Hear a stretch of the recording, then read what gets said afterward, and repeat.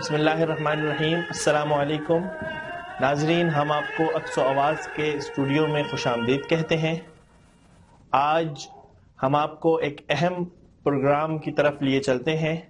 جہاں گفتگو کر رہے ہیں سید منور حسن۔ آپ کی گفتگو کا موضوع ہے معاشرے میں خیر کیسے۔ آئیے سنتے ہیں۔ والصلاة والسلام على رسوله الكريم وعلى آله وصحبه أجمعين، أما بعد فأعوذ بالله من الشيطان الرجيم، بسم الله الرحمن الرحيم،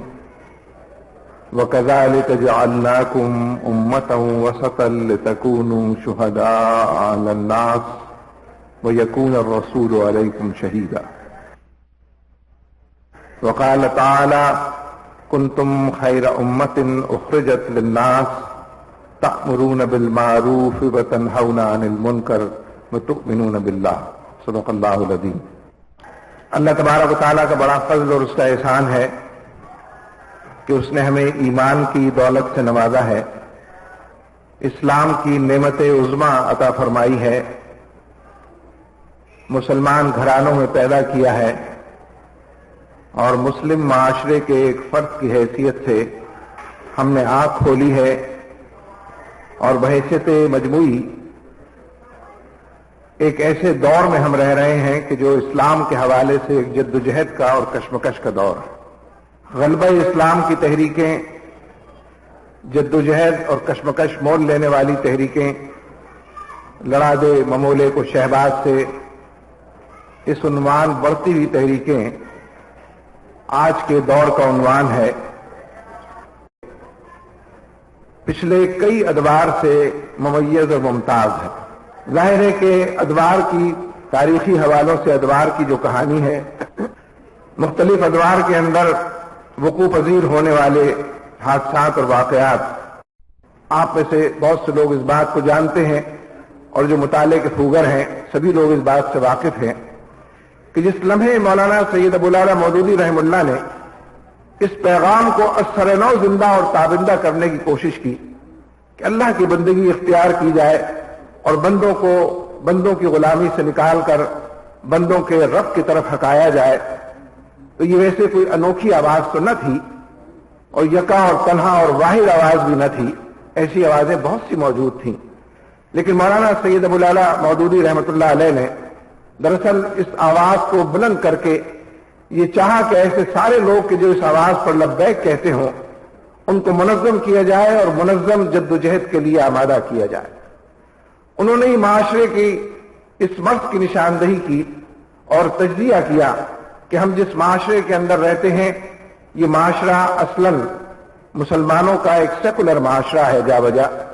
اس وقت تو غیر منقسم ہندوستان میں مسلمان اقلیت میں تھے، لیکن اب جس معاشرے کے اندر ہم رہتے ہیں اس معاشرے کا بھی المیہ یہ ہے کہ یہاں رہنے اور بسنے والے تو سارے ہی مسلمان ہیں، لیکن جو معاشرہ انہوں نے قائم کیا ہوا ہے یہ مسلمانوں کا اسلامی معاشرہ نہیں ہے، مسلمانوں کا ایک سیکولر معاشرہ۔ اسی لیے صورتحال یہ ہے کہ یہاں حلال کمانا مشکل ہے، حرام کمانا آسان ہے۔ اگر یہ اسلامی معاشرہ ہوتا تو یہاں حرام کمانا ناممکن ہوتا، حلال ہی کے سارے مواقع اور ذرائع لوگوں کو میسر آتے۔ یہ وہ معاشرہ ہے کہ جس میں فحاشی، عریانی اور بے حیائی کو پھیلانا، فروغ دینا یہ عام سی بات، شب و روز اس کے نظارے دیکھنے کو ملتے ہیں، لیکن اس کے اوپر بند باندھنا، اس طوفان کو روکنا اور چیلنج کرنا، خال خال اس کی کوششیں نظر آتی ہیں، اور اگر کوشش کرنی پڑتی ہے تو اصلاً گویا یہ معاشرہ فحاشی اور عریانی کی تائید اور معاونت کرتا ہے، اور وہ نظام کہ جو اس معاشرے کے اندر قائم ہے وہ بھی دراصل اسی جانب چلتا ہے۔ اس لیے مولانا مودودی رحمہ اللہ نے سب سے پہلے زور دے کر اس بات کو بیان کیا کہ ہر معاشرے کے اندر ایک نظام قائم ہوتا ہے اور اصلاً وہ نظام ہی اس معاشرے کا خدا ہوتا ہے۔ لوگ بندگی نظام کی کرتے ہیں، ویسے کسی خدا کا کلمہ بھی پڑھتے ہیں، کسی کی شہادت اور گواہی بھی دیتے ہیں ایک ہونے کی اور وحدہ لا شریک ہونے کی، لیکن احکام تو اس نظام کے مانتے ہیں کہ جو اس معاشرے کے اندر قائم، قوانین تو اسی کے جاری اور ساری ہوتے ہیں کہ جس کو نظام معاشرے کا کہا جاتا ہے۔ اس لیے جس معاشرے میں کوئی برا نظام، غلط نظام، کرپشن کا نظام، جھوٹ کا اور سود کا نظام قائم ہو جائے تو یہ ممکن نہیں ہے کہ اس معاشرے کے لوگ اس نظام کی خرابیوں سے بچ سکیں۔ جب کسی معاشرے میں ایک برا نظام قائم ہو تو اس معاشرے کے اچھے سے اچھے لوگ بھی کافی برے ہوتے ہیں، بہت سی اچھائیاں اور نیکیاں اپنانے کے باوجود ان گنت قسم کی برائیوں کے اندر میں مبتلا رہتے ہیں، اور اجتماعی دائرے میں تو بالخصوص جتنی لعنتیں معاشرے کے اندر موجود ہوں ان سب کے اندر اپنے آپ کو گھرا ہوا پاتے ہیں۔ اور اس کے بالکل برعکس جب کسی معاشرے اور سوسائٹی کے اندر ایک بھلا نظام قائم ہو جائے تو اس معاشرے کا برے سے برا آدمی بھی کافی اچھا ہوتا۔ نبی اکرم صلی اللہ علیہ وسلم کے زمانے میں کیونکہ شریعت کا نظام قائم تھا، قرآن و سنت کی فرما روائی تھی، تو منافقین بھی باجماعت نماز پڑھتے تھے اور فساق بھی، فاسقین بھی جہاد کے لیے نکلا کرتے تھے۔ ہم جس معاشرے کی اس وقت بات کر رہے ہیں، یہاں پر اگر کوئی آج عابد و زاہد بن کر جہاد کے لیے کوشاں ہو تو لوگ دہشت گرد سمجھ کر اس کو پکڑ لیں گے، القاعدہ سے اس کا تعلق ثابت کر دکھائیں گے اور بالآخر اس کو کیوبا اور امریکہ بھیج دیں۔ یعنی ایک برے معاشرے کے اندر بھلا بننا، بھلائی کی تلقین اور دعوت دینا، بھلائی کی طرف لوگوں کو بلانا، اس کا مجسمہ بن کر لوگوں کے درمیان پیش ہونا، یہ ایک بہت بڑا عیب اور خرابی ہو جاتی ہے، اس لیے کہ نظام اس کی اجازت نہیں دیتا، اس کے قوانین اس کی اجازت نہیں دیتے، اس کے حکمران، اس کے سربراہان اس کی اجازت نہیں دیتے۔ اس لیے ہم جس معاشرے کے اندر اس وقت رہ رہے ہیں یہ اصلاً مسلمانوں کا ایک سیکولر معاشرہ، اس سیکولر معاشرے کو اسلامی بنانے کی جد و جہد، بس یہی اقامت دین کی جد و جہد، یہی اللہ کے کلمے کی فرما روائی کی جد و جہد ہے، یہی بندوں کو بندوں کے رب کی طرف ہٹانے کی جد و جہد ہے، اور یہی شیطان اور طاغوت اور برائی اور بدی کے نظام سے نجات پانے کی جد و جہد۔ جماعت اسلامی اس معاشرے کے اندر عدل کے اور انصاف کے نظام کو قائم کرنے کے لیے، حالات کی بہتری کے لیے اور لوگوں کی بگڑی کو بنانے کے لیے کوشاں ہے۔ میرے دوستوں، میں اس معاملے میں چاہتا ہوں کہ وہ باتیں جو آپ پہلے ہی سے جانتے ہیں انہیں کو ایک دوسرے پیرائے میں آپ ہی کے سامنے پیش کروں تاکہ سوچنے کے لیے کچھ لہریں ذہن اور دل کے اندر اٹھ سکیں اور اثر نو نئے جذبے بیدار ہو کر حالات کے اندر تغیر پیدا کرنے کے لیے کوشاں ہو سکیں۔ ہم جس معاشرے کے اندر رہ رہے ہیں، اگر آپ یہاں پر سروے کریں اور لوگوں سے یہ پوچھیں کہ وہ جھوٹ کو پسند کرتے ہیں یا سچ کو پسند کرتے ہیں، لوگوں سے یہ معلوم کریں کہ یہ بے حجابی اور بے پردگی زیادہ اچھی ہے یا پردہ اور حجاب زیادہ بہتر، لوگوں سے پوچھیں کہ بحیثیت مجبوری جو سود کا اور جھوٹ کا نظام ہے، یہ جو ظلم کا نظام ہے، لوگوں کا حق چھیننے کا نظام ہے، یہ اس کو لوگ پسند کرتے ہیں یا کسی دوسری چیز کو پسند کرتے ہیں؟ 99% یا اس سے بھی کچھ زائد لوگ کہیں گے کہ ہم لعنت بھیجتے ہیں جھوٹ پر اور سود پر بھی، اور ہم لعنت بھیجتے ہیں رشوت پر اور فحاشی اور یعنی و بے حیائی پر، اور ہم عدل و انصاف اور معاشرے کے اندر بھلائی اور نیکی کو فروغ کرنے کے حامی۔ اگر واقعی اس معاشرے کے اندر 99% لوگ یہ کہتے ہیں تو بجا طور پر یہ سوال پیدا ہوتا ہے کہ جب اتنی بڑی تعداد سچ کو پسند کرتی ہے، جھوٹ کو ناپسند کرتی ہے، تو جھوٹ بولتا کون ہے آپ؟ اگر اتنی بڑی تعداد رشوت لینے اور دینے والے کو جہنمی سمجھتی ہے تو کون رشوت لیتا اور دیتا؟ یہ سارا 1% لوگ کاروبار کرتے ہیں، باقی 99 جو بہت بڑے لوگ۔ جتنا بھی آپ دور تک جائیں گے بآسانی اس نتیجے پر پہنچ جائیں گے کہ وہی لوگ کہ یہ بات کہہ رہے ہیں کہ ہم جھوٹ اور سود پر لعنت بھیجتے ہیں، وہی جھوٹ اور سود کا کاروبار بھی کرتے ہیں، وہی جھوٹ اور سود کے اندر ملوث نظر آتے ہیں، وہی ریڈیو اور ٹی وی اور اخبارات اور رسائل کی دنیا کو سجاتے اور اسی کے ذریعے سے ان تمام چیزوں کو فروغ دیتے ہیں کہ جو اس میں موجود ہے۔ گویا پھر اس بات کو ثابت کرنے کا موقع ملا کہ معاشرے میں جو نظام قائم ہوتا ہے وہ نظام ہی اصلاً اس معاشرے کا خدا ہوتا۔ زیادہ سے زیادہ لوگ اس کے خلاف احتجاج کرتے ہیں، کبھی اس کو برا کہتے ہیں، اس کے خلاف قرارداد منظور کرتے ہیں، لعن طعن کرتے ہیں، مذمت کرتے ہیں، منظور ہے کہاں منظور ہے، اس کے بعد جا کے انہی کاموں میں جٹ جاتے ہیں کہ جو وہ نظام لوگوں سے لینا چاہتا۔ اور نظام کی یہ خوبی ہے کہ وہ بھلے لوگوں سے بھی سارے برے کام لے لیتا۔ جو لوگ لعنت بھیجتے ہیں، قرارداد مذمت اس کے خلاف منظور کرتے ہیں، جو کہتے ہیں ہمیں نامنظور ہے فحاشی بھی اور جھوٹ بھی، نظام کی یہ خوبی ہے کہ انہی لوگوں سے فحاشی کا اور یعنی کا، بے حیائی کا، جھوٹ کا، سود کا، رشوت کا، ظلم کا جتنا کاروبار ہے انہی کے ذریعے سے چلاتا۔ یعنی نظام اتنی مضبوط چیز ہے، اسی لیے میں نے لفظ خدا اس کے لیے استعمال کیا کہ قانون اسی کا جاری ہوتا ہے، شریعت اسی کی نافذ ہوتی ہے۔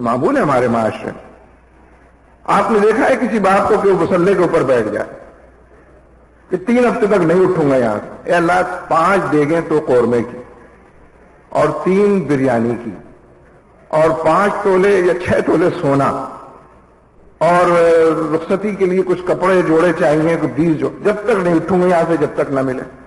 کتنا ہی عابد الزاہد ہو, کیسا ہی تبلیغی مبلغ ہو,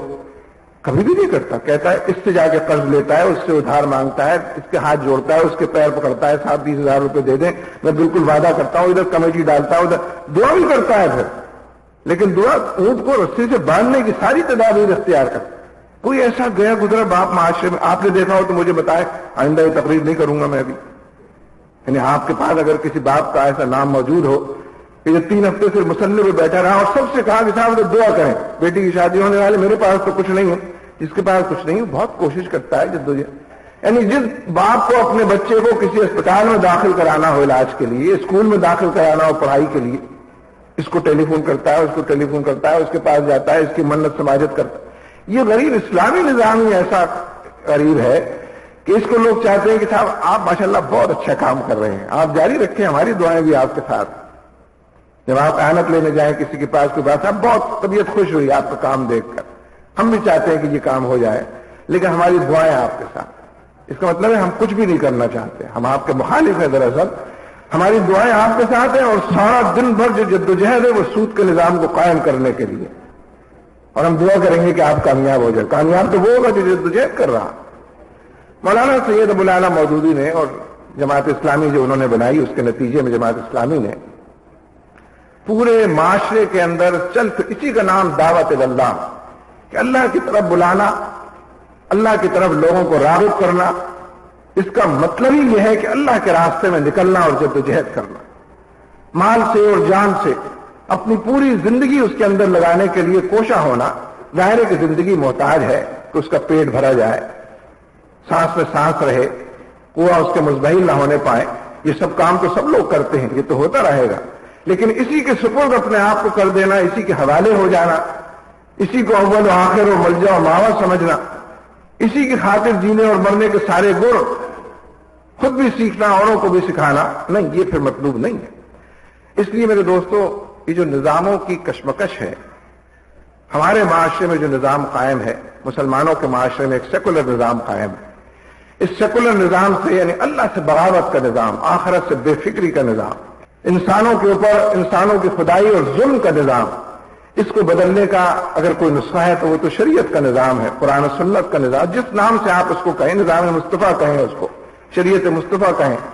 جزوی کلی جو بھی معنی ان سب چیزوں کے ہوتے ہیں, اور منشا اور منتہا سب کا ایک ہی ہے. اس لیے میرے دوستو, یہ جو نظاموں کی کشمکش ہے, ہمارے معاشرے میں جو نظام قائم ہے, مسلمانوں کے معاشرے میں ایک سیکولر نظام قائم ہے. اس سیکولر نظام سے یعنی اللہ سے بغاوت کا نظام, آخرت سے بے فکری کا نظام, انسانوں کے اوپر انسانوں کی خدائی اور ظلم کا نظام, اس کو بدلنے کا اگر کوئی نسخہ ہے تو وہ تو شریعت کا نظام ہے, قرآن و سنت کا نظام. جس نام سے آپ اس کو کہیں, نظام مصطفیٰ کہیں, اس کو شریعت مصطفیٰ کہیں, جزوی کلی جو بھی معنی ان سب چیزوں کے ہوتے ہیں, اور منشا اور منتہا سب کا ایک ہی ہے کہ معاشرے میں بالآخر قرآن و سنت کی فرما روائی ہو, اور اسی کے مطابق پورا معاشرہ